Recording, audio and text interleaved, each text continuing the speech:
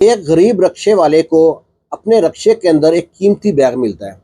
एक लड़की जब नई नई जवान हुई ना, छत पे चढ़ना मामूल बन गया। कभी इधर ताक झांक करना, कभी उधर ताक झांक करना। ऐसे करते करते मोहल्ले में एक लड़का था जो भी नया नया जवान हुआ था। दोनों की नजरें मिल गई, दोनों को प्यार हो गया। अब प्यार परवान चढ़ रहा है। दोनों छुप छुप के मिलते, जीने मरने कस्में खाते। और ऐसे करते करते आधे मोहल्ले को मालूम पड़ गया कि फलाने की बेटी और फलाने का बेटा दोनों आशिकी मशूकी के चक्कर में पड़े हुए हैं। लोग जाते हैं लड़की की माँ के पास, उससे बताते हैं कि तुम्हारी लड़की के चाल चलन अच्छे नहीं है, कल को कोई चांद चढ़ाएगी, बेहतर है पहले बंदोबस्त कर ले। वो लड़की की माँ जाती है लड़के की माँ के पास, उससे कहती है बहन देख, हम गरीब लोग हैं, तुम्हारा बेटा छत पे चढ़ता है और मेरी बेटी को गलत इशारे करता है, तुम अपने बेटे को समझाओ। लड़के की माँ कहती मैं अपने बेटे को समझाऊंगी, तो अपनी बेटी को समझाओ। दोनों में बात हो गई। लड़का गुस्सा करता, किसने कहा है मैं ये कर दूंगा वो कर दूंगा, मैं उसे प्यार करता हूँ शादी करूंगा। उसकी वजह से ना घर में रोज माहौल खराब होता। किसी न किसी बात में झगड़ा करता, मैं ये नहीं खाऊंगा, घर में लेट आता, सिगरेट पीना शुरू कर दिया। घर वाले बड़े परेशान थे उससे, बड़ा बदतमीज हो गया था। अब ना जब ये लड़की लड़का ने देखा कि अब तो हमारा मामला बड़ा खराब है, तो इन्होंने एक प्लान बनाया। लड़के ने बिल्कुल सीधा हो गया, घर में लड़ाई भी नहीं करता, टाइम पे घर आता और घर में सबके पास बैठता, बातें करता। माँ बाप बड़े खुश हुए कि हमारा बेटा सुधर गया, शायद नेक हो गया। अब महीना खत्म हो गया तो माँ कहती बेटा पैसे, तू पैसे नहीं दे रहा आजकल, क्या बात है? वो कहता है माँ जी मैं पैसे जमा कर रहा हूँ, मेरा इरादा है कि ना पैसे जमा करके ना अब्बू को उम्रे भेजूँ। माँ बड़ी खुश होती है, बाप भी खुश होता है कि हमारा बेटा राह रास्त पे आ गया। हम तो सोच रहे थे बेटा हाथ से निकल गया। करते कराते 4-5 माह पैसे जमा किए। घर में सब सुकून से रहे, मोहल्ले में सब अमन से रहे, किसी को कुछ खबर नहीं थी कि क्या चल रहा है। लड़की लड़का कहीं बाहर मिलते रहते थे। अब ना जब इन्होंने पूरा प्लान बना लिया, जहाँ पे लड़का काम करता था, इसके साथ काम करते थे मजदूर बहावलपुर के। उनको बताता है कि मैं लड़की से प्यार करता हूँ, उसको लेके यहाँ से जाना चाहता हूँ। वो कहते हैं कुछ जगह बताओ। वो कहता है सबसे अच्छी जगह है, तुम यहाँ से बहावलपुर ले जाओ, तुम्हारे माँ बाप वहाँ ढूंढ भी नहीं पाएंगे। वहाँ छोटा सा गाँव है, वहाँ हमारा घर है, वो घर भी है, तुम्हारा किराया भी नहीं देना पड़ेगा, सुकून से वहाँ पे जाकर रहो। लड़के ने पैसे जमा किए हुए थे, चुप करके दोपहर घर से निकला है। और ना इधर ना घर से ये कह के निकला है कि हम दोस्त जा रहे हैं पिकनिक मनाने, मरी जा रहे हैं। वो कह के निकल गया।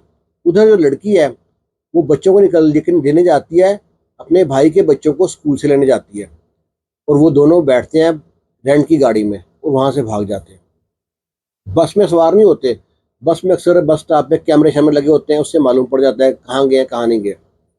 गाड़ी रेंट में घूमते घुमाते किसी दोस्त की गाड़ी थी, उनको भावलपुर छोड़ के आ गए। अब रात हो गई, जब लड़की घर पे ना आई तो लड़की की माँ उनके घर जाती है, लड़के घर पे, कि तुम्हारा बेटा हमारी लड़की को लेके भाग गया। वो कहते तुम्हारा दिमाग ठीक है, हमारा लड़का तो बहुत अच्छा हो गया है, अब तो ऐसी कोई हरकत नहीं करता, वो तो दोस्तों के साथ मरी गया है। वहां पे जब झगड़ा हुआ, मोहल्ले के लोग इकट्ठे हुए, उन्होंने फोन किया अपने बेटे को, नंबर बन जाए, एक को, दो को, 3 बार सबके कॉल की, कोई ना उठाया। उसके बाद उसके दोस्तों को कॉल किया, पूछा कि आप लोग किधर हैं? वो कहते हैं मैं यहीं पे हैं सियालकोट में। वो कहते हैं तुम्हारा दोस्त तो कह रहा था हम मरी जा रहे हैं, कहता मुझे नहीं पता। अब शक हो गया, वाकई लड़की को लेके लड़का भाग गया है। बड़े परेशान, वो ढूंढने की कोशिश की लेकिन कामयाब ना हो सके। उधर लड़का और लड़की ने जाके शादी कर ली। जब शादी करते हैं तो मालूम पड़ जाता है, उनको मालूम पड़ गया कि लड़का लड़की भावलपुर में है, पर कर कुछ नहीं सकते थे। उन्होंने कहा दफा करो, ये निकल गया, निकल गई, शादी भी कर ली है। उधर जब जो पैसे जमा किए थे, कुछ टाइम तो गुजर गया, सोचते हैं कि ऐसे यार बैठे पैसे खाते रहे, सारा पैसा ना बर्बाद हो जाएगा। उस लड़के ने एक रक्षा ले लिया, रक्षा खरीदा और रक्षा चलाना शुरू कर दिया। करते कराते जब साल से पहले ही ना उनको अल्लाह ताला ने औलाद अता कर दी। उसकी जो बीवी है उसको बच्चा होना था ऑपरेशन के साथ। उसके लिए ऑपरेशन के लिए उसके पास पैसे नहीं थे, पराए जगह था, कुछ जाने वाला भी इतना नहीं था वहाँ लोग उनके। उसने ऑपरेशन के लिए रक्षा बेच दिया। रक्षा बेचा, बीवी का ऑपरेशन हुआ। ऑपरेशन हुआ तो अल्लाह ने बेटी अता की। जब बेटी को देखता है, हाथ में पकड़ता है, उसको अपनी माँ की बात याद आ गई। उसकी माँ कहती थी बेटा अगर आज तुम किसी की बेटी को छेड़ेगा, तंग करेगा ना, जब तुम्हारी अपनी बेटी होगी ना, जब तुम्हें मालूम पड़ेगा। लड़का काम के रह गया, बेटी को चूमता है, गले से लगाता है और मस्जिद में जाकर अल्लाह से माफ़ी मांगता है अपने गुनाहों की। कहता है अल्लाह ताला मुझे माफ़ कर दे, मैंने किसी बेटी की ज़िंदगी बर्बाद नहीं की, चाहे मैंने भगा के शादी की है, शादी जो की है मैंने ये गलत तरीके से की है, मैं माफ़ी मांगता हूँ। अल्लाह ताला की ज़ात गफूर रहीम है, माफ़ करना चाहे तो कर सकती है। बहुत माफ़ी मांगता है। बीवी और शोहर दोनों अल्लाह से बहुत माफ़िया मांगते हैं। उनको ये डर था कि हमने जो काम किया है, हमारी बेटी कहीं वो काम ना कर दे बड़ी होके। बड़े परेशान। तो जी नमाज़ें पढ़नी शुरू कर दी और रिक्शा भी नहीं था, मज़दूरी करता।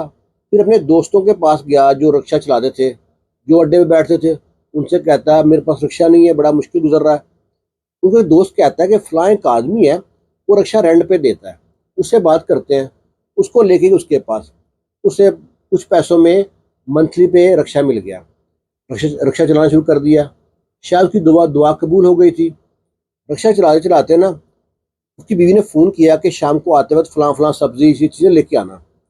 घर में ख़त्म हो गया राशन पानी। बाज़ार गया, सामान सारा खरीदा। जब रिक्शे में पीछे रखने लगा ना, तो क्या देखता है कि वहाँ लाल बैग पड़ा है। लाल बैग, हैरान परेशान। फिर सोचता है कि आखिरी सवारी कौन-सी उतरी थी। उसके ज़हन में आ गई वो औरत, एक औरत बैठी थी यहाँ पे, दिखने में काफ़ी अमीर थी। अब इसे ना वो बैग खोला है तो 2 सोने के सेट, साथ उनके बिल लगा हुआ है और नकदी रखी है और छोटे-मोटे रिंग वगैरह रखी है। वो हैरान परेशान कि इतना कीमती सेट रखा है, मुझे पता ही नहीं था। वो जल्दी से घर लेके रिक्शा आया और सारा माजरा अपनी बीवी को बताया। बीवी भी कहती है कि इस जिसका है उसको वापस करना है, ये हम हराम कमाई हम नहीं लेंगे। तो ये ढूंढना शुरू कर दिया। वो जो जो सवारियां उसे मिलती, किसी का नंबर पता करना या कैसे भी करके पूछा लोगों से।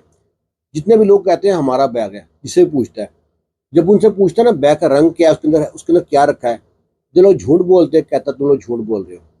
ऐसे करते करते 15-20 दिन हो गए। वो बड़ा परेशान कि आखिर बैग है तो है किसका। और डर लगता था, घर में इतना कीमती सोना रखा हुआ है, सेट रखा हुआ है, कहीं चोर ना पड़ जाए। एक दिन वो गुजर रहा है बुटीक के पास से, वहां से देखता है कि एक औरत गुजर रही है। उसके जहन में शक पड़ता है कि ये हो ना वही औरत है। ये बाहर खड़ा हो गया। औरत ने जब देखा रिक्शे वाले को, उसने पहचान लिया। वो कहती है तुम वही रिक्शे वाले हो ना जिसकी गाड़ी मेरा बैग छूट गया था। कहता हाँ मैं वही रिक्शे वाला हूँ, शुक्र है आप मिल गई, मैं बड़ा परेशान था, मुझे तो नींद नहीं आ रही रातों को। अब आप ये बताएं कि बैग का रंग क्या था। वो बताती है बैग का ये रंग था, उसमें 2 सेट थे, उसके साथ बिल भी लगा हुआ था, इतना बिल था, इतने पैसे रखे हुए थे, रिंग भी रखी हुई थी। लड़के को यकीन हो गया। लड़का कहता है आप मेरे साथ आए, उनको घर लेके गया, बैग निकाल के दिया। उस औरत ने उसका घर देखा ना, घर की हालत देखी, उसको बड़ा तरस आया उस पर। वो कहती है सारा सामान लेने के बाद ना एक सेट ले लिया। कहती है जो शादी होनी थी ना, वो शादी हमने कर दी है, हम बहुत अमीर लोग हैं। मेरी उसमें गाड़ी ख़राब हो गई थी, तो मैंने सोने का सेट लेके घर जाना था। तो मेरे ड्राइवर ने कहा कि मेम साहब आप रिक्शे पे चली जाएं, मैं गाड़ी ठीक करा के ले आऊँगा, वरना मैं रिक्शे पे सफ़र करती भी नहीं हूँ। अभी मैं अपनी गाड़ी पे आई हूँ। बस उस दिन किस्मत ख़राब थी, ये बैग का हादसा होना था। एक बैग एक सेट सोने का लेके जा रही हूँ, एक सेट तुम्हारा, और ये गोल्ड सब तुम्हारा। ये तुम्हारी जो नन्ही सी बेटी है ना, इसकी कल कोई शादी करेगा ना, उसके लिए तो मैं सेट तुम्हारे तोहफे में देती हूँ। वो आदमी बड़ा खुश हुआ और कह के चली गई। ये अल्लाह का शुक्र अदा करते हैं कि अल्लाह ने हमारी दुआएं कबूल कर ली है, हमारा जो गलती की थी उसकी माफ़ी मांग ली है। फिर ना जो पैसे थे, नकदी थोड़ी बहुत थी, उससे वो बेच के एक रिक्शा खरीदता है। रिक्शा चलाने के बाद कुछ अर्सा काम करने के बाद दोनों जाते हैं पीछे अपने माँ बाप के पास। जाके दोनों के दोनों पाँव पकड़ जाते हैं। कहते हैं चाहे मार दो चाहे रख लो, हम घर में रहने नहीं आए, बस माफ़ी मांगने आए हैं। हमारे घर भी अल्लाह ने बेटी अता की है, हमें बस ये एक ही दुख रहता है, हर वक्त अभी नन्ही सी छोटी सी बच्ची है, अभी चलती भी नहीं है। हमें एक ही डर रहता है कि हमारी बेटी के साथ कहीं वो ना हो जाए जो हमने किसी की बेटी के साथ किया था। तो उनके माँ बाप को भी तरस आया कि अपनी गलती मान ली है, उनको माफ़ कर देते हैं। जब ये बात ना एक सबक है। हमने अक्सर क्या देखा है, जिस माँ की बेट जो माँ खुद भाग के शादी करती है ना, उसकी बेटी या बेटा ये काम लाजमी करता है। अल्लाह ना करे किसी से ऐसा वाक़या पेश आए। तो सबक वाक़या है। अगर आपको अच्छा लगे तो वीडियो को लाइक शेयर कीजिएगा, दुआओं में याद रखना। अल्लाह हाफ़िज़।